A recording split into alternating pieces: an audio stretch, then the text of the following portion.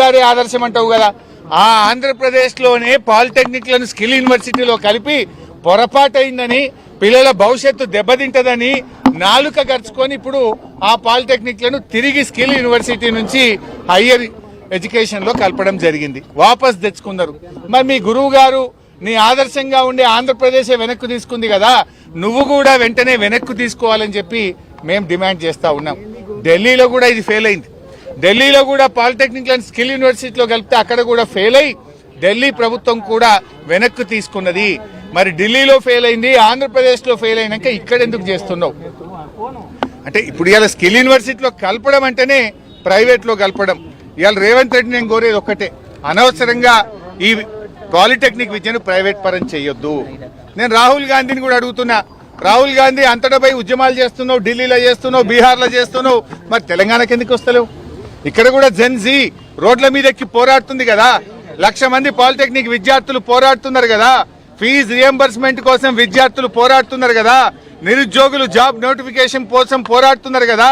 ఆనాడు రాహుల్ గాంధీ, ప్రియాంక గాంధీలు యూనివర్సిటీ మెట్లెక్కినారు, లైబ్రరీల చుట్టూ తిరిగినారు, నిరుద్యోగుల చుట్టూ తిరిగారు, హామీలు గుప్పించారు. ఎందుకు ఇప్పుడు రావట్లేదు అంటే ఢిల్లీకో నీతి, తెలంగాణకో నీతి. రాహుల్ గాంధీ గారు ఇలా నువ్వు ఏ రకంగా అయితే పోరాడుతున్నావో ఇవాళ తెలంగాణకు వచ్చి పోరాడు, మా పాలిటెక్నిక్ విద్యార్థులతో మాట్లాడు, రేవంత్ రెడ్డికి మొట్టికాయలేసి జీవో 97 రద్దు చేయి. ఇవాళ ఏందండి వరంగల్లా మేము వస్తున్నామని చెప్పి పాలిటెక్నిక్ కాలేజీకి తాళం వేస్తారా పోలీసు వాళ్ళు? పోయి అన్నం కూడా పెట్టారు. ఆ పిల్లలకు 1 గంటకు అన్నం పెట్టాలంటే హాస్టల్ బంద్ చేస్తారు, మెస్సు బంద్ చేస్తారు, కాలేజీకి తాళం వేస్తారు, పిల్లలకు అన్నం పెట్టరు, పిల్లల్ని బయటకు రానియరు. ఇదా ప్రజాపాలన? ఇది ప్రజాపాలన కాదు, పోలీస్ పాలన. ఇది తుగ్లక్ పాలన, ఇది రాక్షస పాలన. ఇవాళ పిల్లల జీవితాలతో చెలగాటమాడుతున్నటువంటి పాలన. ఈ రాష్ట్రంలో పేరుకే ప్రజాపాలన, జరుగుతున్నదంతా కూడా పోలీస్ పాలన జరుగుతూ ఉంది. ఇవాళ బాధ్యతాయుతమైన ప్రజాప్రతినిధులుగా మేం పాలిటెక్నిక్ కాలేజీ పోతే నీకు వచ్చిన నొప్పేంది రేవంత్ రెడ్డి? మమ్మల్ని ఎందుకు ఆపాల్సి వచ్చింది? రాహుల్ గాంధీ గారు వెంటనే జోక్యం చేసుకోవాలని, ఈ యువతరం తిరగబడక ముందే, ఢిల్లీ తరహా ఉద్యమాలు జరగక ముందే తక్షణమే రేవంత్ రెడ్డికి చెప్పి జీవో 97ను రద్దు చేయించాలని చెప్పి కూడా మేము డిమాండ్ చేస్తూ ఉన్నాం. ముఖ్యంగా ఈరోజు రేవంత్ రెడ్డి పాలనలో ఎక్కడ చూసినా కూడా దాడులే జరుగుతున్నాయి. లగచెర్ల రైతులకు బేడీలేసినారు. ఇదే వరంగల్ జిల్లా మహబూబాబాద్లో పాలిటెక్నిక్ విద్యార్థి గొంతు బిసికినాడు ఒక సిఐ. ఇప్పటిదాకా సిఐ మీద యాక్షన్ లేదు. ఇప్పటిదాకా సూర్యాపేటలో ఒక పిల్లల మీద లాఠీ చార్జ్ చేసి కొడితే దాని మీద ఇంతవరకు విచారణ లేదు. డీజీపీ గారు ఏం చేస్తున్నారు మీరు అని మేము అడుగుతా ఉన్నాం. ఇవాళ రాష్ట్రంలో విద్యార్థులు రోడ్ల మీద, నిరుద్యోగులు రోడ్ల మీద, ఉద్యోగులు రోడ్ల మీద, రైతులు కూడా రోడ్ల మీదకి వచ్చిన పరిస్థితి వచ్చింది. రైతులకు యూరియా దొరకదు, సాగునీరు అందదు, రైతులకు ఈరోజు కరెంటు రాని పరిస్థితి. ఉద్యోగులకు ఈ కాంగ్రెస్ ప్రభుత్వం ఇచ్చిన అన్ని హామీలను తుంగలో దొక్కింది. 6 డిఏలు పెండింగ్ లో ఉన్నాయి, పిఆర్సీ పెండింగ్ లో ఉంది, health insurance scheme utter flop అయిపోయింది. ఇవాళ సిపిఎస్ ఉద్యోగులను ఓపీఎస్ ఉద్యోగులుగా మారుస్తామన్న మాట విషయంలో కూడా కాంగ్రెస్ పార్టీ ఫెయిల్ అయిపోయింది.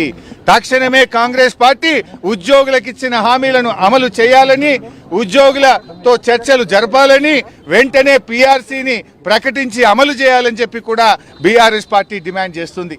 నాడు కేసీఆర్ గారు ఉద్యోగులకు 73% ఫిట్మెంట్ ఇచ్చారు. కేసీఆర్ గారు ఉద్యోగుల కోసం ఆ రోజుల్లో మన తెలంగాణ ఉద్యమంలో పాల్గొన్నారని ఒక ప్రత్యేకమైన ఇంక్రిమెంట్ కూడా ఆనాడు కేసీఆర్ గారు ఇచ్చారు. రేవంత్ రెడ్డి 3 ఏళ్ల పాలనలో ఉద్యోగులకు చేసింది ఏం లేదు, గుండు సున్నా తప్ప. ఇంకా డిఏలు పెరిగినాయి, బకాయిలు పెరిగినాయి. రిటైర్డ్ ఉద్యోగులకు ఈరోజు బకాయిలు రానటువంటి పరిస్థితి ఏర్పడతా ఉంది. అందువల్ల మేము ఈ పాలిటెక్నిక్ విషయంలో డెఫినెట్ గా వారికి న్యాయం జరిగేదాకా బీఆర్ఎస్ వారికి అండగా ఉంటుంది. ఇవాళ పాలిటెక్నిక్ విద్యార్థుల పట్ల ప్రభుత్వం కర్కశంగా వ్యవహరిస్తూ ఉంది. దానికి తగిన మూల్యం చెల్లించాల్సి వస్తుందని హెచ్చరిస్తూ రాహుల్ గాంధీ గారు వెంటనే జోక్యం చేసుకోవాలని, ఇక్కడికి రండి, మీరు ఈ విద్యార్థులతో మాట్లాడండి. ఆనాడు నిరుద్యోగులకు ఇచ్చిన హామీలు ఏమైందో ఒకసారి రివ్యూ చేయాలని కోరుతా ఉన్నాం. లేదంటే వేలాది మంది పాలిటెక్నిక్ విద్యార్థులు ఢిల్లీ కదం దొక్కుతారు, ఏఐసిసి కార్యాలయాన్ని ముట్టడిస్తారు అని చెప్పి కూడా ఈ సందర్భంగా హెచ్చరిస్తా ఉన్నాం. రేపు 7వ తేదీ నుంచి అసెంబ్లీ సమావేశాలు స్టార్ట్ అవుతున్నాయి. ఎన్ని రోజులు ఆపుతావు? అటు పిల్లల్ని గోసబెడుతున్నావు అన్నం పెట్టకుండా, ఇవాళ మమ్మల్ని గోసబెడుతున్నావు నువ్వు. ఏంది అరెస్టులు? అంటే ప్రజాస్వామ్యంలో ప్రతిపక్షానికి ప్రశ్నించే హక్కు ఉండదా?